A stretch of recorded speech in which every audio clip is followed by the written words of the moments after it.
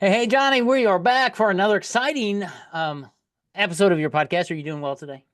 I'm doing well, man. I'm so excited because we get to talk about roller coasters and amusement parks and all that Isn't it stuff. So, great? in a Isn't second, it I'm going great? to ask you a few questions. I need your honest answers There you go. from you. Okay. I think it's great. I love roller coasters, man. I grew up riding roller coasters, and they're really fun, especially as a kid.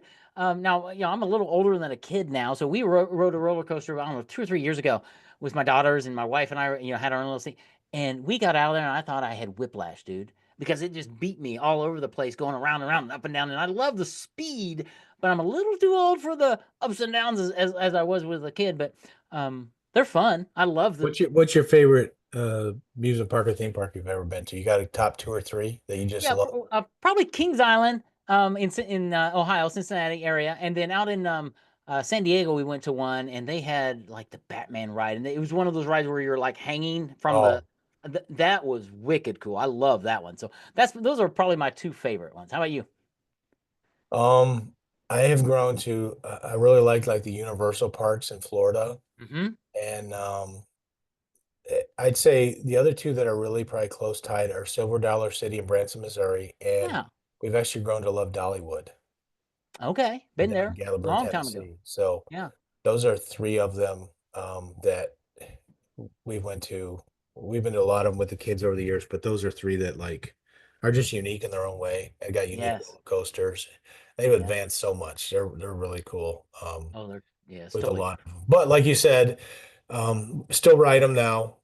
Certain ones just can't do anymore. Yeah. There was one that I hated.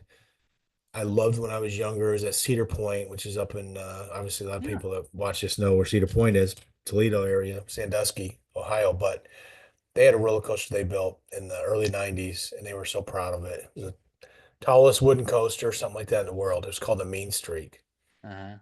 It was a wooden coaster, but man, it shook you around like crazy. Yeah. And as I got a little older there, you literally, I mean, it would cause you a headache. Your back would be sore because it was a wooden coaster and it just Yeah. felt like it was just shaking so much, man. It just made you, and they actually had to close it. They closed it several years ago now.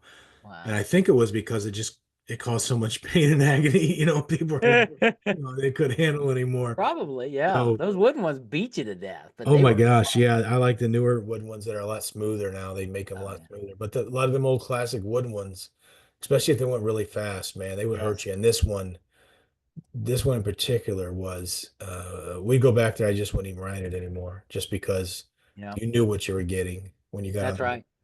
Well, roller coasters are fun because they go up and they go down and they're fast, and sometimes they're unexpected. And but how does that relate to retirement? Because in retirement there are some roller coasters, right? The markets go up and the markets go down, and there's twists and turns and storms of life and things. So um, let's talk about that, because the last thing you want in retirement is the whiplash of, oh no, I just lost some money because the market went down and I wasn't expecting it, or something like that. So in retirement, there's some rhythm, some roller coasters that you're able to protect some people from, make the ride much smoother, get them off that wooden roller coaster and maybe put them on a smoother one, right? Yeah. So it's like, everything is about stages of life, if you look at it Mm, that way.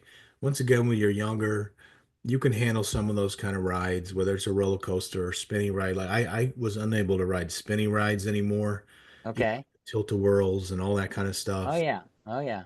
So that started happening like 20 years ago. And it just made me sick and it ruined my whole day. And no matter what, if it spun like that, I couldn't handle it. So stages of life as I got older, I had to shut those out. And certain roller coasters I feel I couldn't ride anymore because it did hurt and things like that. So financially, retirement planning, all those kind of things, there's stages of life too, There's stages of life where you're focused on saving as much as possible. You can handle a little more volatility. You can handle some of those big roller coasters that are out there and you don't get sick from them. As you get older, you're more focused on, hey, protection, security, safety, comfort, peace. With them other roller coasters that you were riding 15 years ago don't provide that, Right. right? They just don't That's right. provide it. Provide a little bit because they put a belt around you or the thing around your shoulders, but it still can cause you sickness and pain and all that kind of stuff.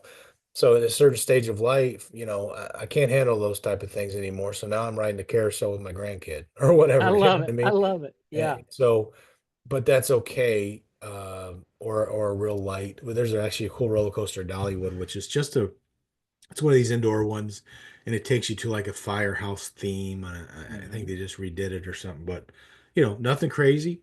It's still fun. Got a little bit of movement here and there, but you can enjoy it and not worry about getting sick or whatever. So, at Seasons of Life, guess what? You see a lot of grandparents and things riding there with their grandkids on that particular ride because they can, you know, Right. can, but they can't go on the uh, Soaring Eagle or whatever it may be, the Harry Potter ride at Universal. They can't do that anymore.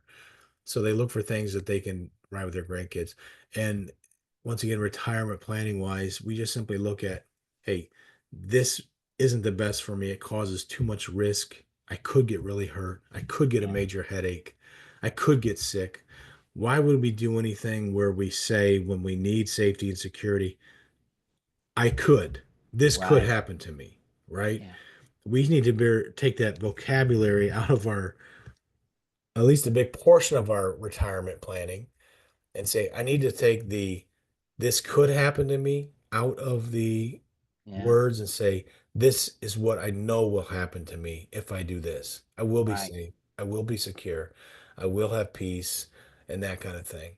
So get out of the volatility, so to say, of the ups and downs of ride that could cause some sickness. And believe me, we hear from financial people all the time. I know you just write it out, just write it out, just write it Hmm. out.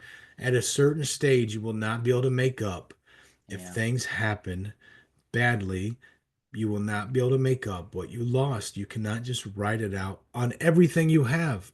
You Right. want to leave some of your money here to do this and whatever, that's fine. But take a portion of what you have at least and say, hey, I need to protect this. I need this to be safe. I need this to be on this type of ride Yeah. that is a little safer, And so don't throw all your eggs on that painful roller coaster that there's a good shot it's going to cause you to get sick. That's right. Exactly. Because roller coasters have built-in dips and things, right? And the market just it has built-in dips. It's going to dip, and if it dips at the wrong time, yeah, you might become very sick in your stomach, right? Because it's going to be hard, maybe impossible to regain what you've lost because of the time horizon. But when you have these lifeboats that we've been talking about for the last 3 or 4 or 5 weeks, and you have guaranteed income for life that's just there, regardless of what happens, whatever dips happen in the market doesn't affect your payment, because you've got a built-in personal pension plan.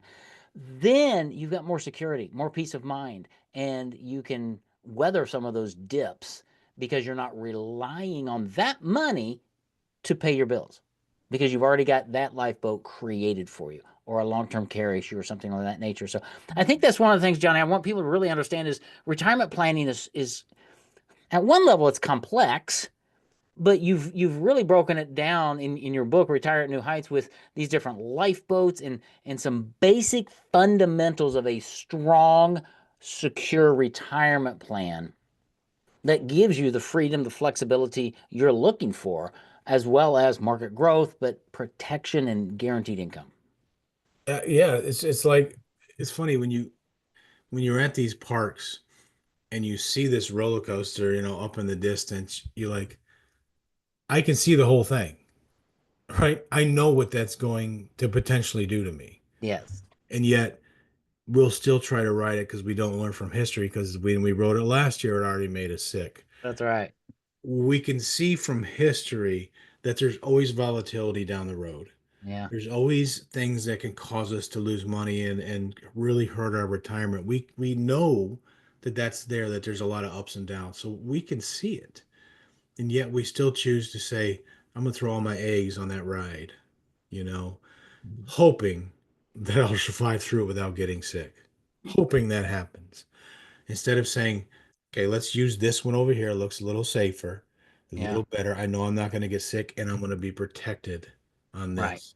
Instead of putting everything on this one roller coaster that is all about hope, uncertainty, and all that Well, kind of stuff. thrills, right? And you talk about stages of life, right? If you're 25 and you're just starting out, go for the roller coaster, right? Because you've got time. But if you're 65, you need to be riding the carousel with Johnny, right? And having fun and enjoying the carousel, the breeze, and all of that. Just realize you're in a different stage of life, and there are different priorities in different stages of life. And so, if you're in retirement or heading that way, thinking that you're 22 years old, you're really heading for a big dip in one way or another. And that's why Johnny wrote his book, Retire at New Heights. That's why we do this podcast, is to help you think a little differently as you are entering those retirement years, because you're in a different stage of life.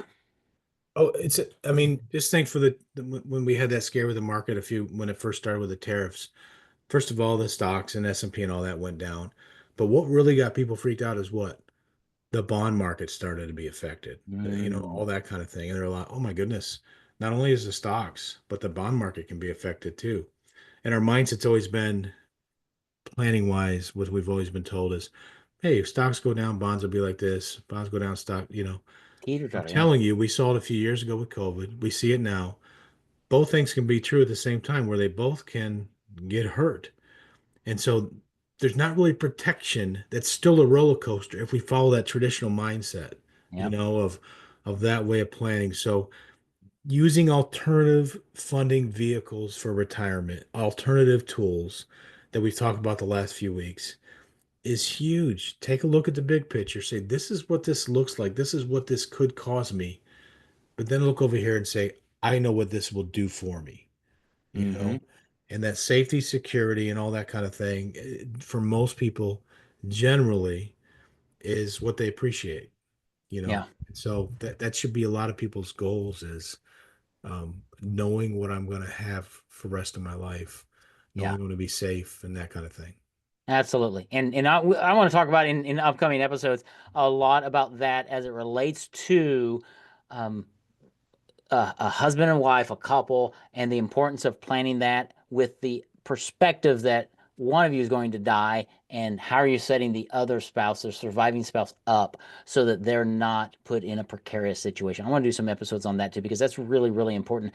And it's part of a process of building a right retirement plan with the right lifeboats so that you can retire at new heights, which is what it's all about. That's what the name of your Amazon best-selling book is. That's where people can get a copy, retireatnewheights.com. But there's just so much more to retirement planning than a lot of even advisors talk about, because there are just so many different aspects and different lifeboats, as we've been talking about, that you need to attach to your retirement to make sure that it's fully functioning the way you want it to do for your lifestyle. So we'll make some notes and we'll come back to that topic, because I think it's a really important one. So Oh, absolutely. I appreciate it, Mike. Man, it's been fun. We love and, love some cool theme parks, man. So those are some ones I'd recommend to folks when we talk about that if you're in those areas. And yours that you mentioned are pretty cool too. Kings Island, I grew up going there when I was a kid yep, when we lived near Kentucky. So yeah, it's it's awesome. great. It is awesome. All right. So we'll talk to you next week, Johnny, for another great episode. Thanks for being here, buddy.